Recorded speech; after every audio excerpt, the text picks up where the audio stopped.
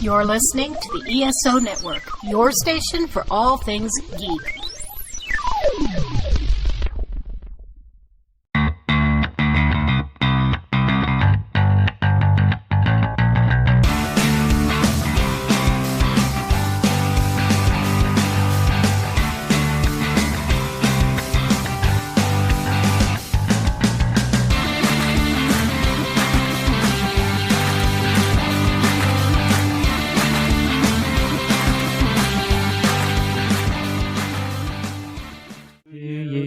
Happy birthday to you. Happy Happy birthday, birthday, dear Steph. Stephanie. Happy Happy birthday birthday to you. to you. I love you all. I didn't know we were going to do that right at the top. Oh, Sorry, my I didn't gosh, know if I didn't jump in. what you're talking about. So I love you all. Well, Thank you. Stephanie, happy birthday. So when we're recording this, the day prior to this was Stephanie's birthday. Woo-hoo. It was someday, huh? Well, thank you though. That's very sweet of y'all. Aw. I wish Love we you could. all. I wish we could do it all in person, like I know, Yeah. like the a same big place. birthday That'd be so hug. amazing. I know. It'll happen one day. Yeah, I think it will. I think I we'll do too. all find ourselves in a place, and I it'll know. be amazing. It's going to be. And then we'll so just record like live. Right. We should do that. So anyway, for people who are listening, by the way, you are tuning into Modern Musicology. Didn't get a chance to say that right up at the top of the episode, but here we are, Modern Musicology. And as you hear, all four of us are together, and that makes me super happy. I love it when all four of us are together. So we have the international man of mystery, Anthony Williams. Good evening, good morning, and good afternoon, depending on whenever you're listening. But mostly good evening, because that's when we're recording. Right. Well, we're in for a silly episode tonight, I can tell. We have DJ and journalist Rob Levy. hey, and gee willikers, it's great to be here. All right. That guy, Anthony. Listeners, you have tuned into a special one. We have drummer, singer-songwriter Stephanie Seymour. It's my birthday. Well, Okay, then. For anyone who's listening, we are in fact celebrating Stephanie's 30th birthday. Yep. Thank you. And will again next year, and the year after that, and the year after that. Oh my God, we're She's punchy tonight. timeless. And I am author, drummer, librarian, some other things, R. Alan Seiler. All right. So this week we are talking about a topic that we have had on the schedule for 800 years, and we are finally getting to it. So this is the 40th anniversary of the release of the film Stop Making Sense, and the film was re-released by A24 in a beautifully remastered form, and we've been planning on this for ages, and we're finally going to get to talk about this film tonight. I think we've all seen the original film before, so we're talking about the new remaster of it, and just going back to our memories of the first time we saw it, and all this kind of stuff. And such a great film. This is one of those films that has always been critically acclaimed as the greatest concert film ever released. Now, I have other ones that I would nominate up in that list too, but this is a really good one. Yeah. So do y'all remember the first time that you saw it? Whenever that was? Yes. Okay, well, elaborate. So I'm going to rather sheepishly say this. In its entirety, was this afternoon. Oh, okay. Okay. Excellent. I'd seen cool. bits and pieces of it before, but I'd never seen the thing from start to end. Mhm. Ah, okay.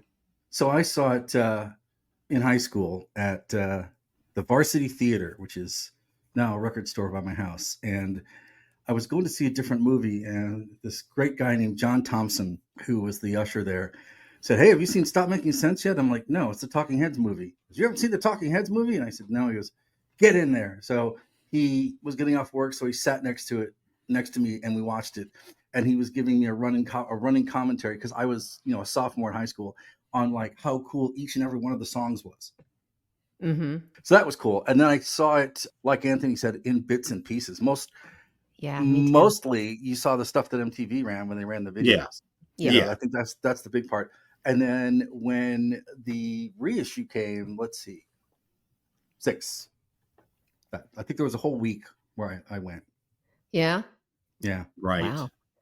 because it was See, just that awesome. I mean, that's kind of how I don't remember seeing it in the theater for the first time. Like I don't remember when, but it was very interesting how when I was watching the re-release, I was like, oh, this is going to come next. Like I knew in my head that I kind of had a few things that like clicked like that, but I can't say exactly when I saw it. And I definitely remember seeing more like, clips here and there too, that like focusing on like life during wartime or whatever. Yeah. When the Talking Heads were first sort of like hitting, let's just say I did not have an appreciation for them. Mm-hmm. I won't go whole hog and say I hated them. Mm-hmm. Even though that's probably true. Oh my God, I just couldn't stand it. So it was a long time before I really kind of came into an appreciation of who they are, the kind of music they make. And I just don't think I was able to get past David Byrne's weirdness, where now it like totally appeals to me, and I totally appreciate the avant-garde nature of his performance and their music and all this kind of stuff. But at the time I just didn't. So it was a long time before I ever saw the film. And, even seeing the videos on MTV, I was like, oh, Really? yeah. Oh my God. I hate it every time Burning Down the House came on and they played it all the time. Literally like my favorite Talking Head song. Of course, with one of mine also. But at the time they would play it like every 15 minutes. Well, yeah. And I was like, oh God, I've got to throw a brick at the TV or something. I don't know. You have to burn down the house. I thought about it, which then I could blame it on, the actual song. I did it under suggestion. But yeah, so and I mostly got familiar with it, like you guys mostly got familiar with it through songs here and there, through clips here and there, and seeing things in separate bits. Even though at some point I did see the whole thing, I just don't remember when it was. I know you and I were discussing that, like, well, we can't place our finger on that moment, but yeah. It had to be sometime in the early 90s, that's my guess. I'm with you too. I liked Burning Down the House, and I liked a couple of the clips that I saw in this, but it probably wasn't really until Little Creatures that I really sort of took a deep dive. Even though I'd seen this, I was like, okay, there are a couple things I like and they're weird. But Little Creatures was kind of what got me like full on hooked, which I know is little late in the party, but yeah. Well, I think Little Creatures also, they weren't as weird. They had kind of like hit a plateau. They had sort of normalized a little bit. And I think that made it a little more palatable for me. So that was also when I started, even though maybe a little before that, because Road to Nowhere is, I really started to get into that song and a few others. And Little Creatures was really and it was the video for And She Was. Oh, actually. yeah. I loved that video. Yes, that's really great. So, it was a very slow burning down that house for me. The Heads. But it happened. It did happen. That's right. I love them now. So let's talk about the new film, or the re-release of the film. When we watched it, whether that be last week or this afternoon, what do we think of it? What's our big impressions of this thing? Cinematically, it's stunning. I mean, it's firstly, just from a purely reissue perspective, and I never saw it before this, but I'm assuming they did a lot of cleanup on the actual quality of the film, and it looks great. The other thing is just the way it's shot, and particularly those first few songs where they all come on one by one, and the way the camera focuses in certain ways, it's really well directed. I'd heard, people saying this is the greatest concert film of all time. And I kind of just thought, well, that's just because it's such a stunningly energetic performance based on the clips that I'd seen. Yeah. So watching it in its entirety for the first time and seeing all of that and the direction, I was like, oh yeah, no, they've actually done some really interesting things with camera angles and lighting. It's stunning. And actual shots of, focusing in on, zooming in on him, or just a section of the stage, or just a certain person sometimes. And Yeah, of course, the lighting. I mean, the director of photography is amazing. And I actually heard that it was supposedly going to be shot over 3 nights, but they did it for 4 nights because I think Jonathan Demme wanted to like get wide angles and get wider shots for this like one show. Or I'm not sure if that's the exact reason why there was 4 shows, but Yeah. yeah, it was really beautiful. The thing I love is that they do the close-ups, but it also made me want to know. I still wanted to know what was happening on the whole stage. So sometimes I wish they had a pullback because I know there was cool stuff happening on either side of him or whatever, Yeah. But I know it's just like a artistic choice of a director of what they want to focus on.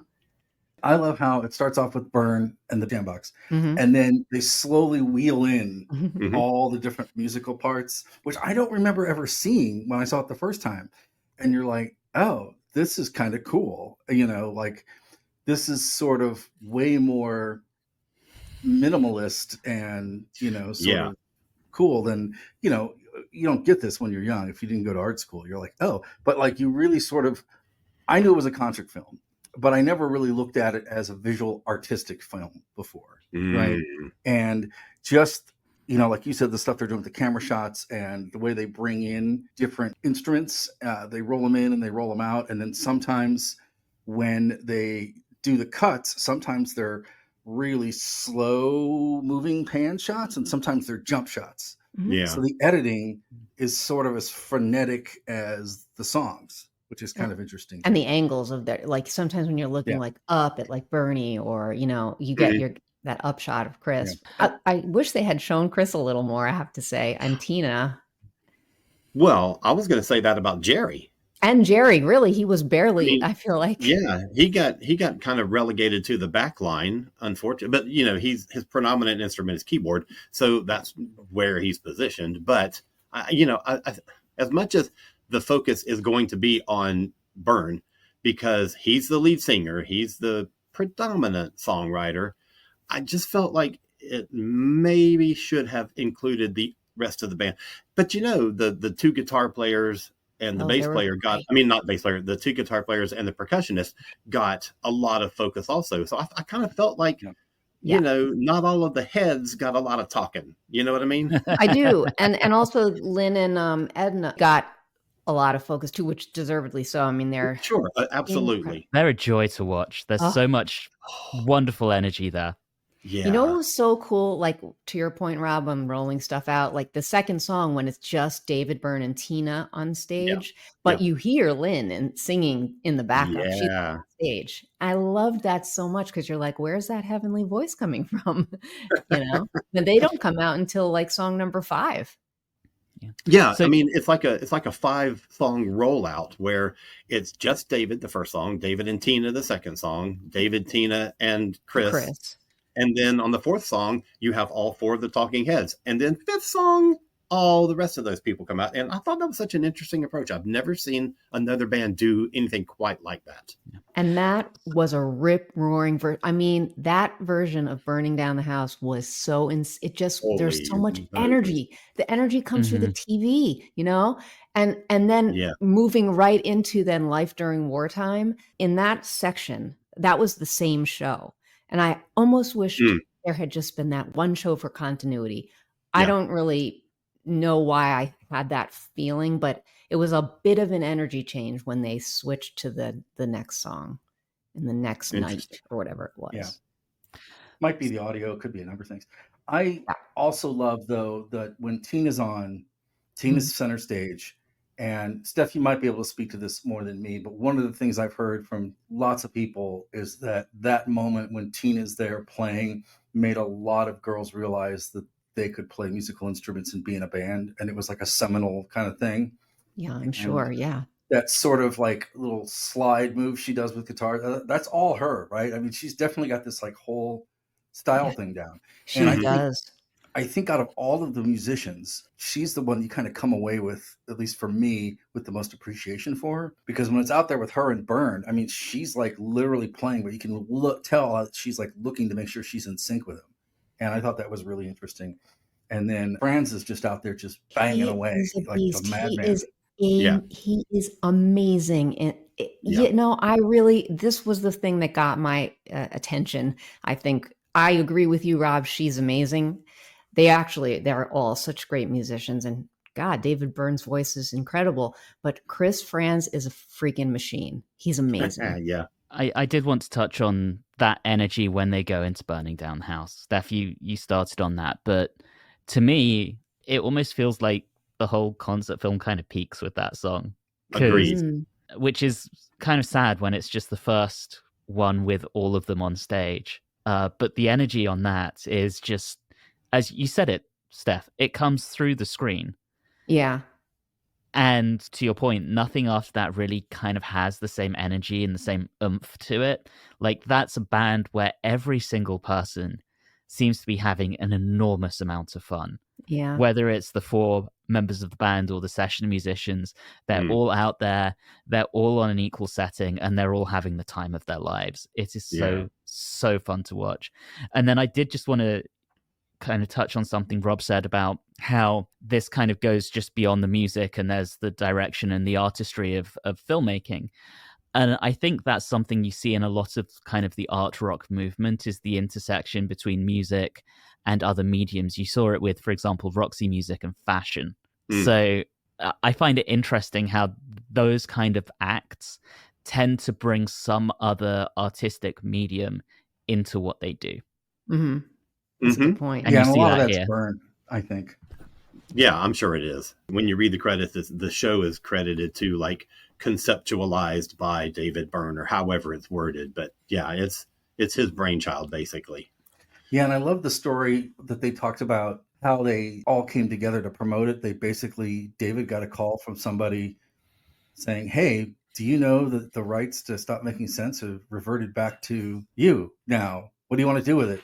And he's like, I don't know. Does anybody care? And then he called Jerry, and then Jerry Harrison, the big role Jerry Harrison played in this was getting the digital mastering right, and the whole digital stuff thing. And so a lot of that is on him, right? Because he basically just sat there and George Harrison did to death. But right.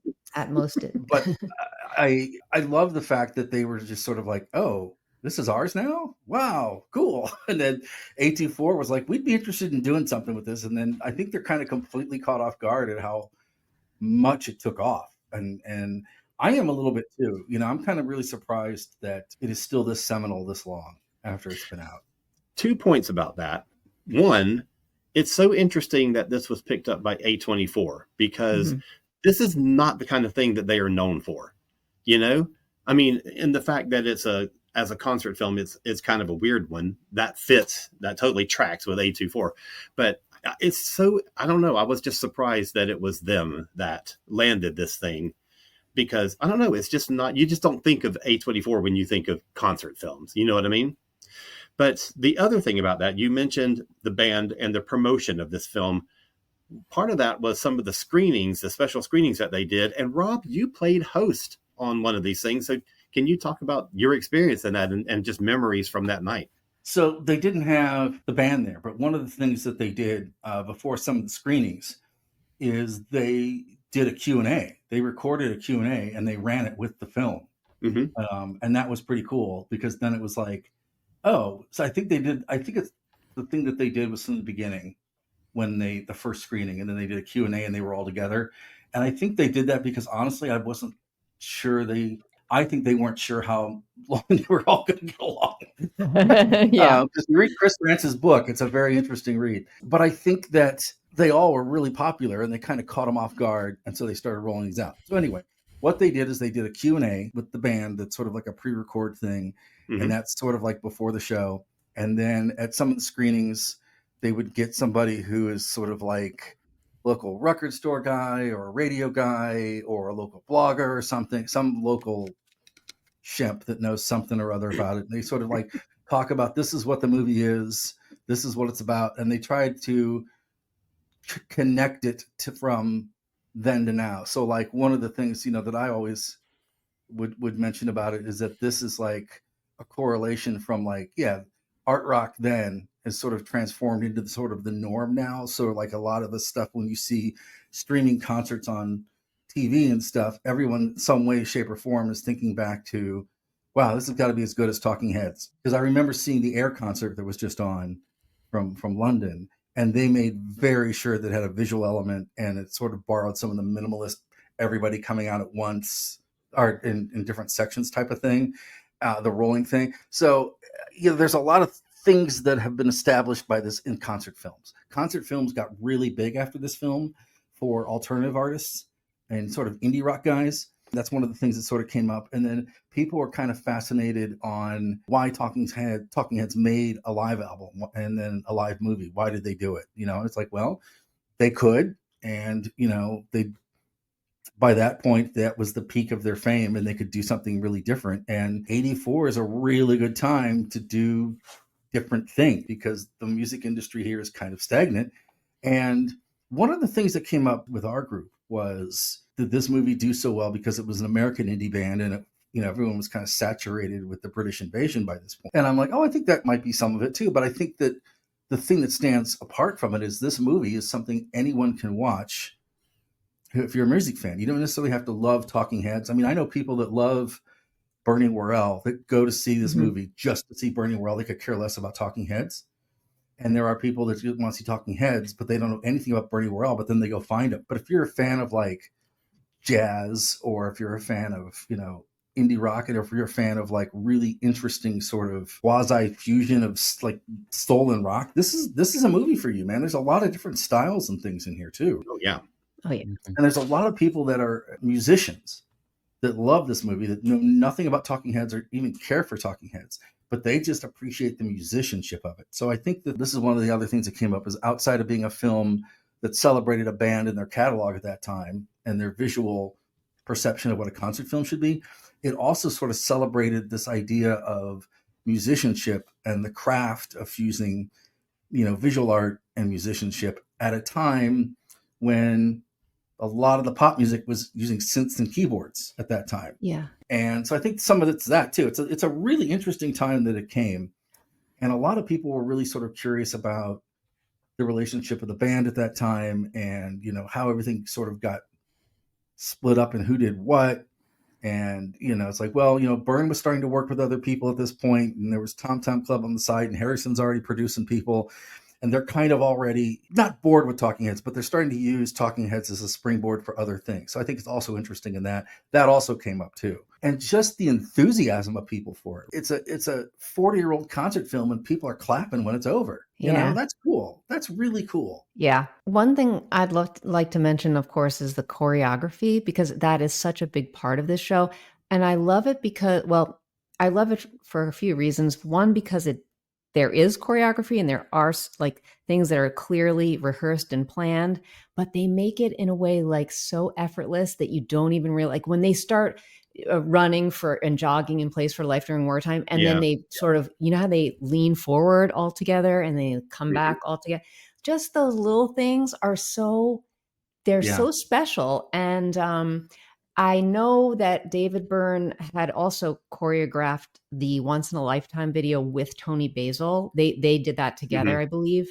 So I think she had a big influence on him, and I think her quirkiness and stuff really was that makes total sense. The stuff with the lamp, fantastic. A lamp, so many interesting choices, and just so like I liked when there was some just relaxed time and there was no choreography and he's just doing his movements. That he said he like studied a lot of things in the mirror and tried to see what looked visually interesting.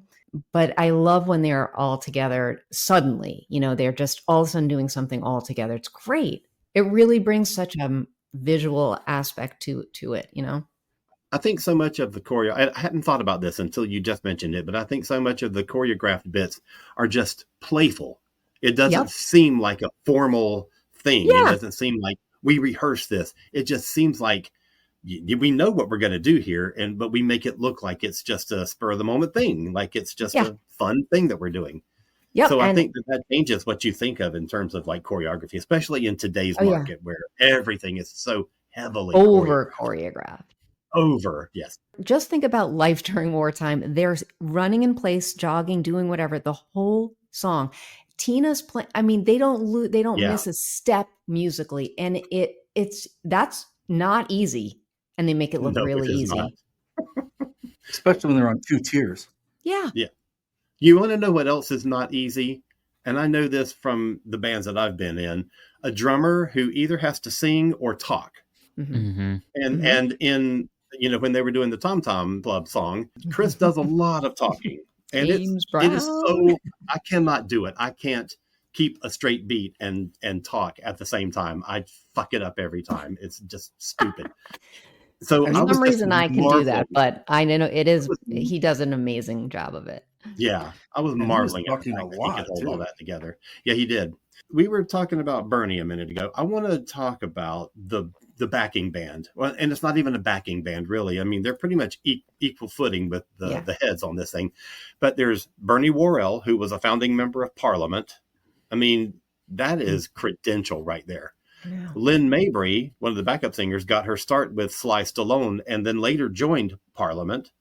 You have Alex Weir, who was the guitarist for the Brothers Johnson, and Edna Holt was one of the 3 lead singers in the Ritchie family. I mean, this is a band that's got a hell of a pedigree, I know. and they're just incredible musicians, and they bring so much life and fun and precision to the Heads' music, and they're just a joy to watch. Right. It's almost like a glue that like the whole thing blends so well. It's just like glued together so perfectly. Yeah. One thing you just said about the joy of the film, I loved seeing little moments on David Byrne's face when, you just saw like a hint of a smile or a grin. I mean, you just knew he was having so much fun. And they all were like, when you would see Bernie or Alex or whatever, they were just loving it. And the girls. Yeah, you'll see Tina go over and hang out with Lynn and Edna, and they just like have a moment together, and there's just so much fun happening on stage. Love that. To your point though, Alan, I think it's really cool when you get such an amazing musical pedigree in the backing bands. I mean, you see that with big bands. You look at the guys who are out on the road with the Stones these days, and the musical pedigree there is just amazing, and you would expect it to be. Right. In the 80s with Genesis, and you had Chester Thompson and Daryl Stromer, they were both phenomenal. A band that was, I never think of the Talking Heads as quite on the same level as those bands, right? Like they were never selling out stadiums or anything like that. So to get musicians of that caliber says something about their artistry, I think. Like there's a respect for the ability there that's drawn these backing musicians to them, and maybe almost being put on an equal plane with the band members on that stage. I mean, they're very mixed in. They're not off to the side. They're not kept at the back. Yes. They are there with the heads. And they're getting the crowd going and everything, Yeah. Alex is being the hype man for the band at times. And what's interesting is that you don't think of the Talking Heads as a funk band, but their backing band all have this strong funk pedigree, and they just add so much to these songs. It's just an incredible band. I mean, I thought there was a fair amount of funk in this performance that maybe it's because of the backing band that doesn't necessarily come through on the actual studio records. Yeah, exactly. You can tell that this is a band that's in New York when hip hop's happening. You can tell it's a band that's in New York and sort of soaking up all the sounds of the city, because you get that sort of like amalgamation of every current musical thing. I think I mentioned this before that's going on. But what's interesting is it doesn't show up really on the first 2 records that much. I mean, you kind of get some of it in 77, but not much, right? But you can kind of tell, like, I bet these guys can get funky, right? And I think that they just, at some point, decided they were getting funky. But I also think at this point, David Byrne is really getting into like Brazilian music. This is the beginning of his Brazilian music love and international music stuff. And I think that's really beginning to sort of seep through it too. They're wearing their hearts on their sleeves with what they're listening to, and they're taking it into their music, and they're, damn the defiant for everybody else that doesn't like it. It's... What are some of the, other than Burning, what's some of the other song highlights that stuck out to you in this one? If you get the DVD, Cities is on it, which is great. Zimbra. Yeah. I'm still a big fan of Heaven. Heaven's great. And I never really loved This Must Be the Place a lot until I heard this version. And I prefer this version to the album version. But yeah, Heaven, I just think it's sort of got this heart to it that it doesn't have on the album. I don't know why it doesn't. It does, but it sort of has a little more emotional appeal to it. And I kind of dig that. I love the transition from Genius of Love when they were doing like Tom Tom Club. And then obviously that allows him to change into David Byrne to change into the giant suit. Yes.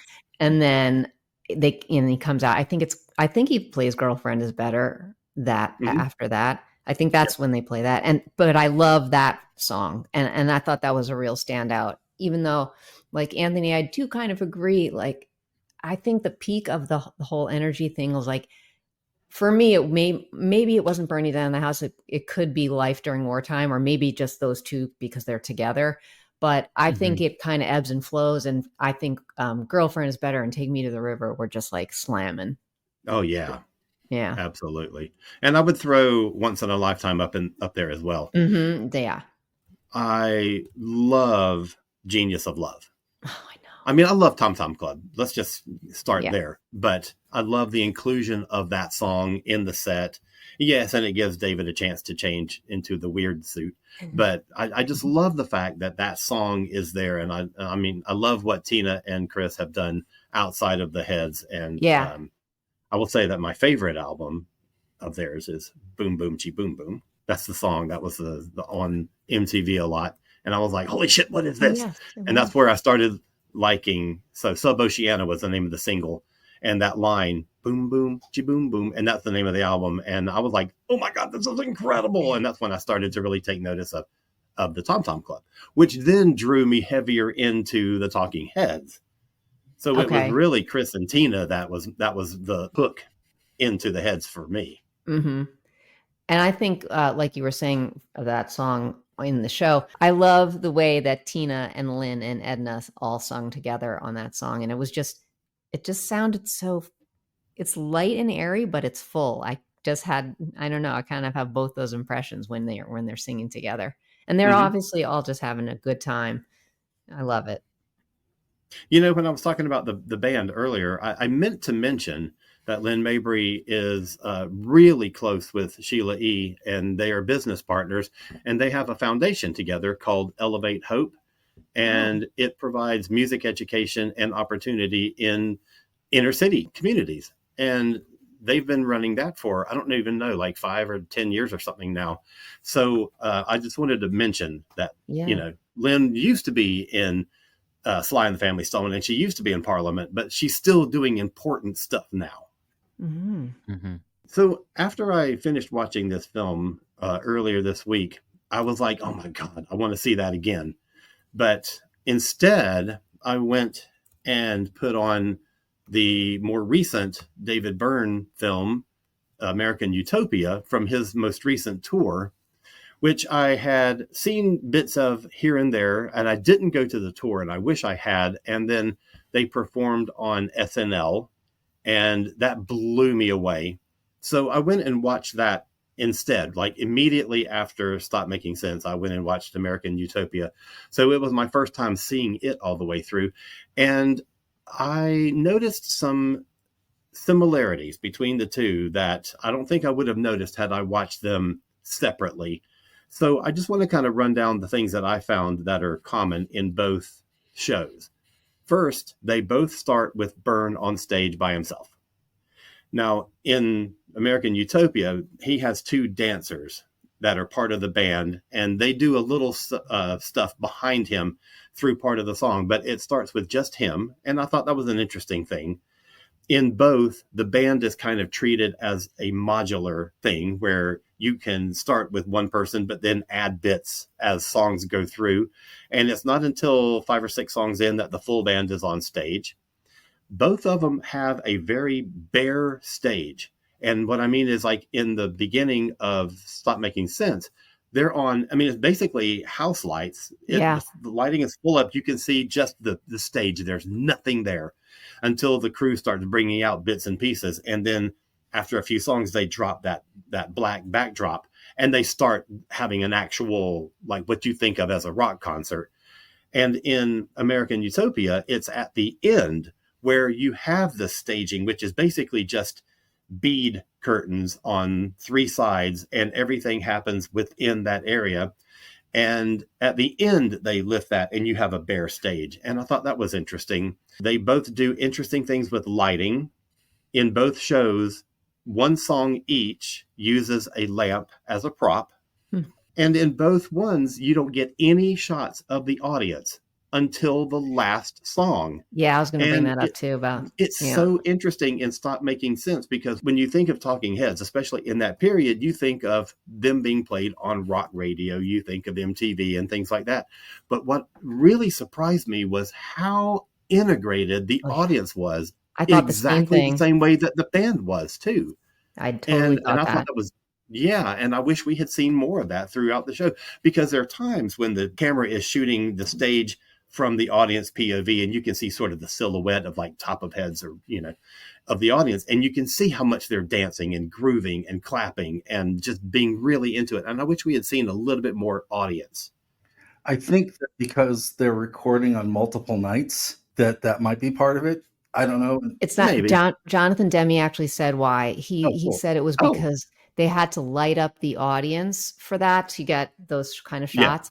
And that sort of inhibited the energy of the band, and it didn't work out. So you only see those shots at the end. I guess they just did it for a short amount of time so that it didn't. Sure. Yeah. Oh, that's so interesting. Yeah, because they just needed additional lights flashing on the audience, and I guess it sort of messed the band up. Interesting. Yeah, but I agree. I thought it, and it was kind of really a wonderful time capsule to see that audience, because you're just looking at like what you wore in 1983 all over again. And wow. it was really cool. But yeah, that was the main reason, I suppose. Okay. That makes sense, I guess. Stop making sense. Still, I wish I'd seen more. Because I just love looking. I don't want to ever have a focus on the audience, but I love seeing the way an audience reacts to what's on stage. Yeah, I love and in seeing most people concerts, into it. Yeah, and in almost every concert film, you do see that. You see a lot of the audience reaction to, screaming fans or whatever. Yeah. It's really intriguing that you can tell there's an energetic relationship between the audience and the band without seeing the audience. Mm-hmm. I think that's one of the hallmarks that makes it so interesting. Okay. That's good. Yeah, and I think that was inhibiting, right? And I think that because it made them feel uncomfortable or something, that there was like that energy was blocked when they had the lights on the audience. So that's why they definitely didn't want that. So yeah, but you would think there was enough lighting. Well, the lighting on stage was really kind of bare. It wasn't. It was bare, and it was specific. Heavily lit. You know, that's a really interesting insight. So what are some other concert films that you can think of that sort of are on this level? Home of the Brave by Laurie Anderson, which is kind of the same time. Yeah. I think that those are kind of hand in hand being related. I don't think you really get a really great indie band concert film until maybe 101. I go Rattle and Hum. Well, it's not the same genre of music, but in terms of energy and mixing of the sound, and this is such an out there recommendation based on this show, is Ailstorms Alive in Tilburg. That show has such stupid energy, and the sound and visuals are just amazing. That's what makes me think of this, is the energy and the sound quality. And that show has the same energy and sound quality. Just the band's having a good time. You can tell the audience is having a good time. Very different show, very different music, but boy, does it look and sound good. A trademark Anthony 180. Yep. It's not an episode of our show unless we get that. I love it. The show that I think that has a really comparable energy is Go-Go's, Totally Go-Go's, it's called. And it was, I think it was like 1980 or 81, filmed at a high school in California. I actually VHS'd that off the TV, and I think I still have the VHS of it, but of course it's like, I don't have anything to play it on, but, and you can't really get that anywhere, I don't think. I still think you can't buy that anywhere, but it was one of the most amazing and exciting shows. Like every kid was just so into it, and this was right when they were just about to break, and you could feel that energy coming through. Kids were jumping up on the stage, dancing, and then, diving back in the audience, and the Go-Go's were on fire. They really were. And it was just like, it was still like a punky kind of sound that they had. It was like punk pop still. And I feel like that was, and it wasn't, it was nothing like artistically like that show at all, but just energy wise. Yeah. What's interesting is that you're talking about that show from that time in the Go-Go's career. And one of the things that I think makes this special is that it captures that moment where the Talking Heads have been on this upward trajectory, and they've kind of gotten to their peak, but they're still on that climb. And you catch them right at the time when they are the most in command of their sound, of their performance, of their career.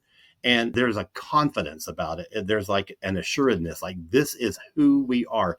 And I think some of the stuff that comes after this, I mean, there's stuff that I really love, but I don't think that there's the same like frenetic energy that this has, stuff like Burning and Lifetime. Those songs are so intrinsically Talking Heads to me.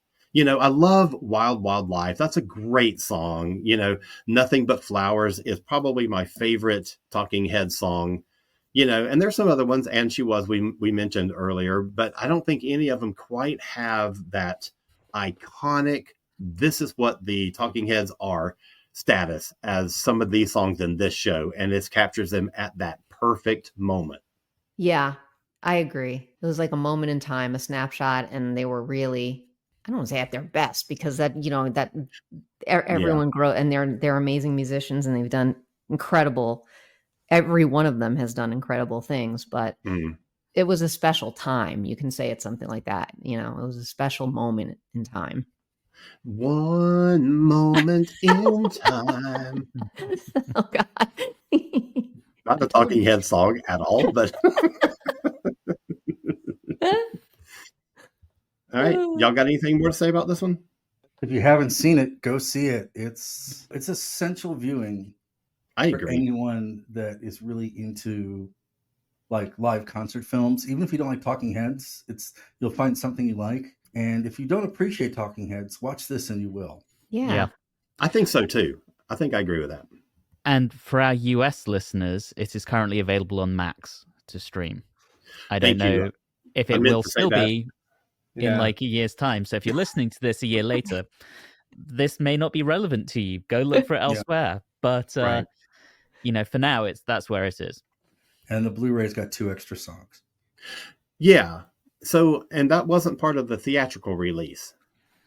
Yeah. Right? Yeah, no, Cities wasn't in it, and I can't imagine putting those in. I just think it's perfect the way it is.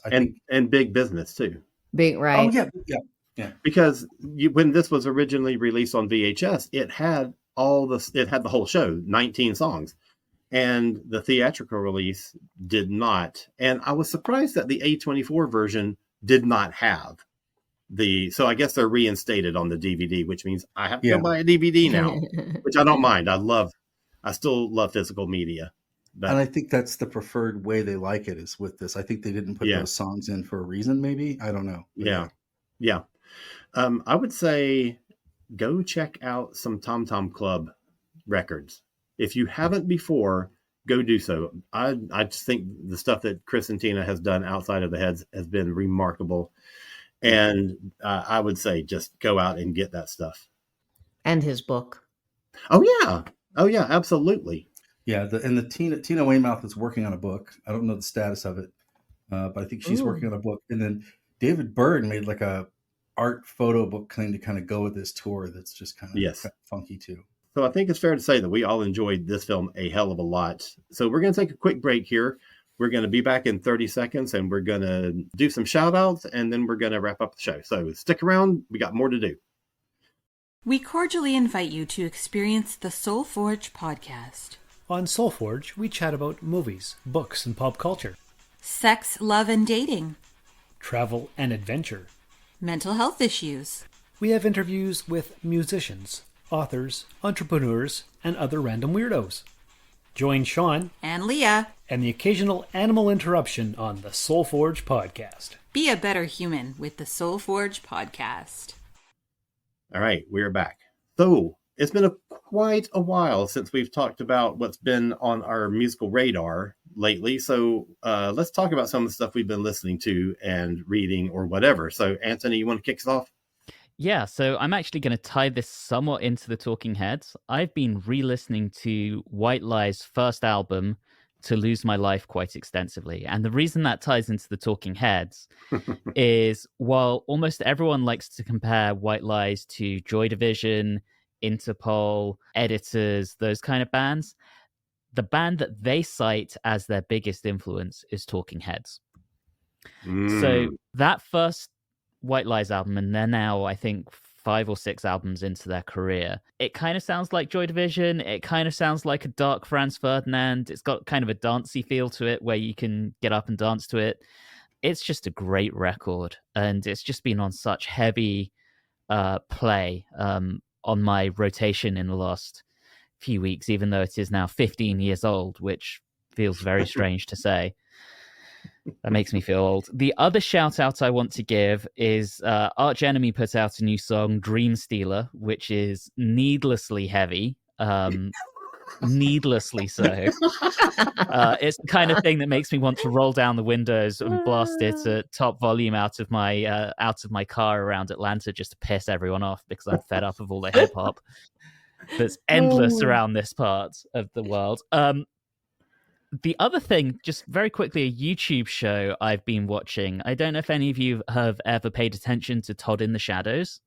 He does a lot of kind of critical analysis of various things. He also does a best and worst 10 songs of the year list at the end of every year, and he's very snarky about it. But he's done a series on one-hit wonders.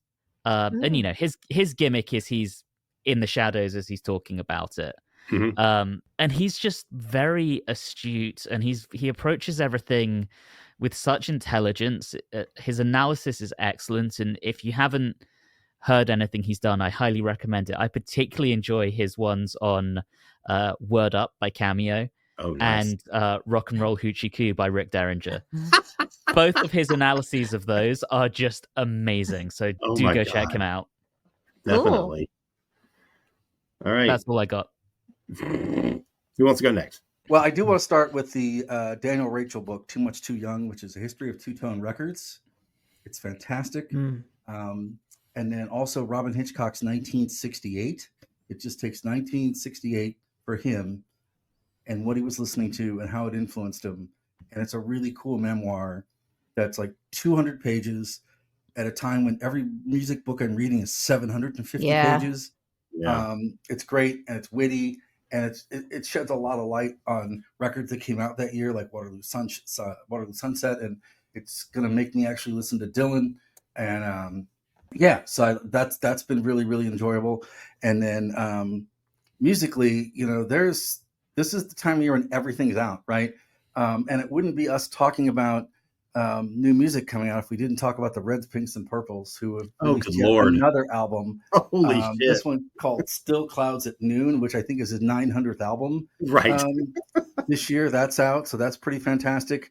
I also am really kind of in love with the Karen O and Danger Mouse single. They last worked together 5 years ago. Yeah. A single called Super Breath. I've been hearing that, and I really like it. I do really like it. I don't know if there's an album or not, but there's at least a single. There is an album coming. Okay, I wasn't sure if they were doing an album or a single, but I was excited because the last time they did it, it was pretty great too. And then this is kind of Steph adjacent, but Mercury Rev has a new album out called Born Horses, and there are a couple songs on it about birds. Oh, on it. Well, then I'm gonna get it. I'm gonna get it. I'm like, oh, there's a song about they're on birds. Steph's gonna love it. Also from Wales, man, this is the catchiest band I've ever heard. I am dying for the inevitable Bob Perry to hear this, because he's sort of my gauge for like, hey, is this a pop record that I think is as cool as it is? But the Bug Club from Wales. The what? The Bug Club. I really thought you said the Butt Club, but okay. No, they open for liquid shit. But on the intricate inner workings of the system, and Lonsdale Slip-Ons is fantastic. And then I think the last thing is going to be the Fontaines DC new album, Here's the Thing. And the new Nick Cave album's coming. The first 3 songs from it are fantastic. You know, talking about short music books, one of the things that I read this past year was Dickens and Prince by Nick Hornby. And it's not quite 200 pages. And that's my kind of book. Mm-hmm. Just get to your point, be short. Don't do, you know, Yeah. I really, it's a weird book, but I really enjoyed it.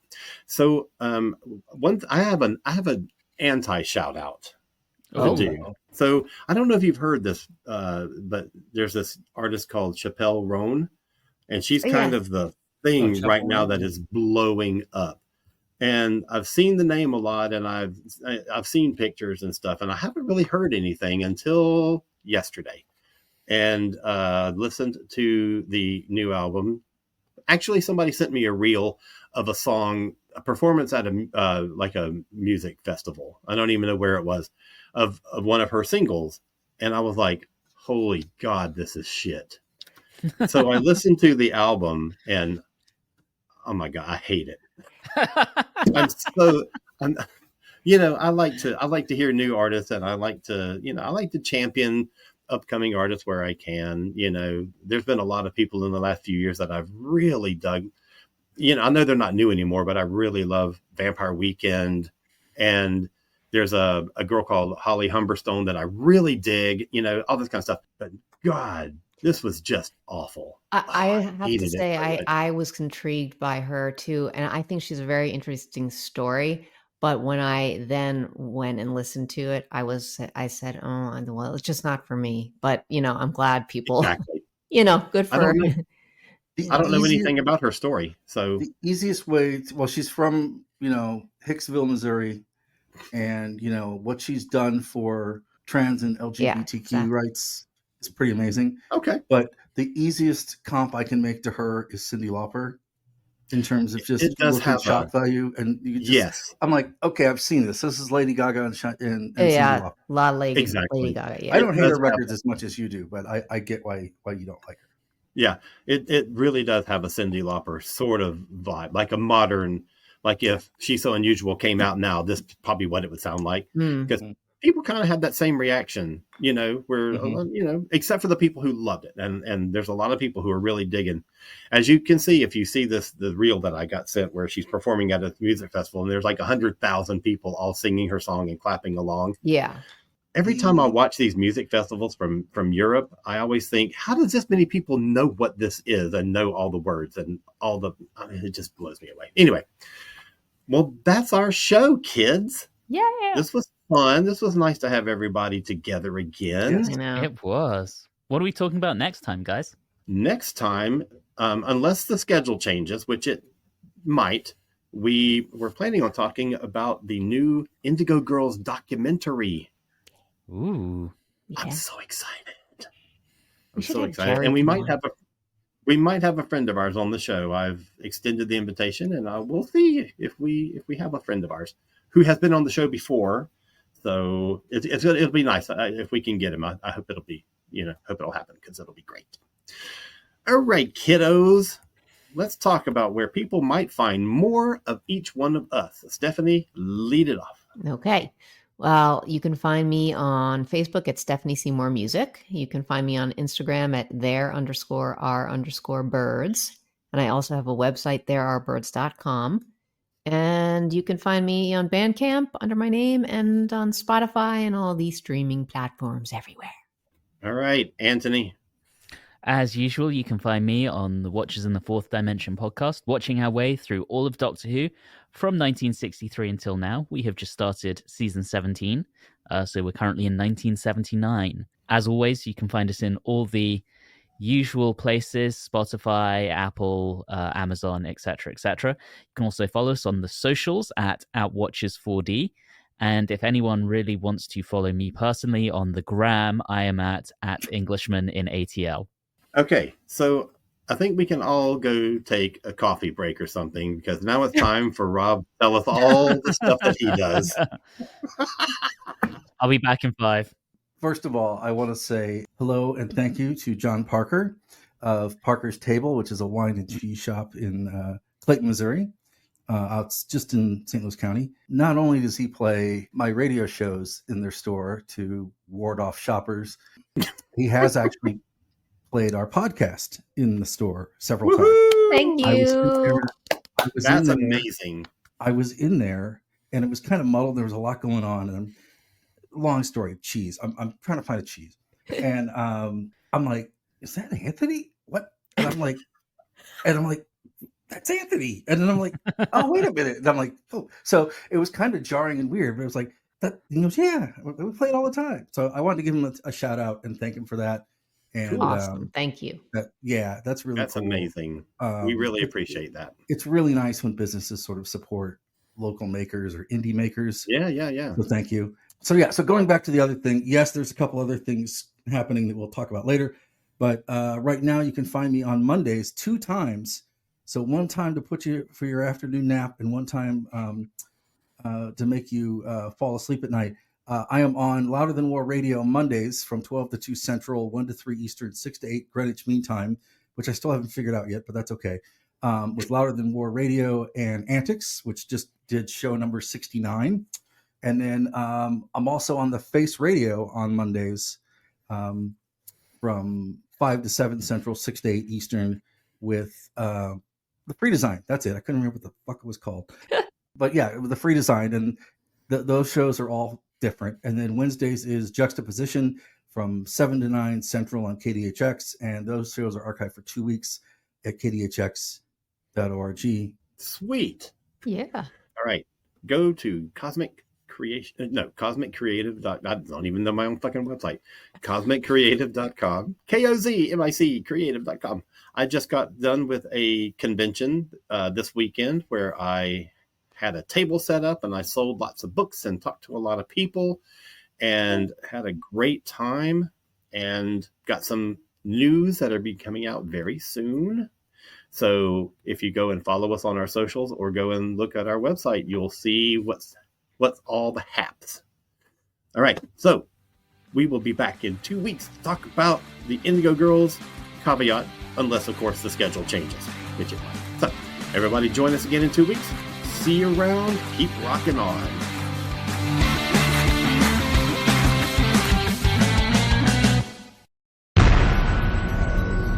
This has been a broadcast of the ESO Network.